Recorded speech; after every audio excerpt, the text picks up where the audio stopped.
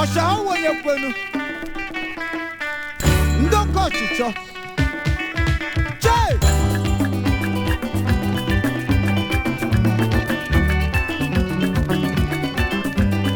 Oka chicho! Oka chicho! Oka chicho! Well, now they are like that. Oh, yes, that job on that show.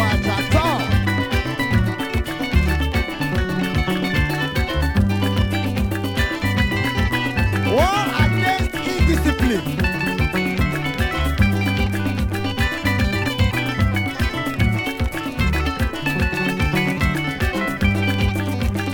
I get in my school, I got the full one. Yeah, well, yeah, that man will need double. Well, yeah, well, by this school. Now indiscipline.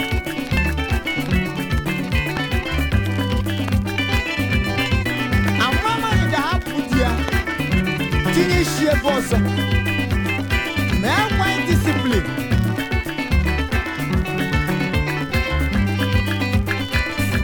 I want to be just the one now, wherever we go. And I'm running out by indiscipline. I will pass on something.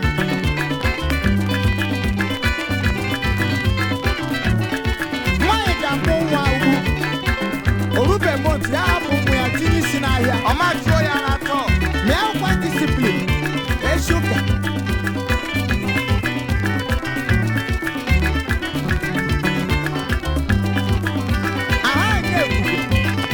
Aha, nyakapa. I end up with my Lara Mano.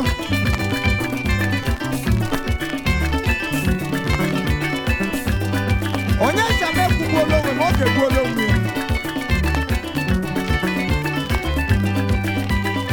I want them to serve brothers band. We are from Imo State. Don't go to the Lord and receive the same brothers band.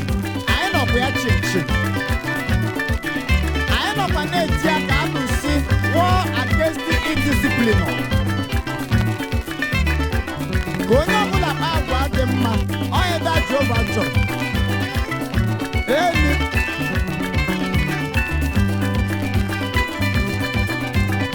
You able to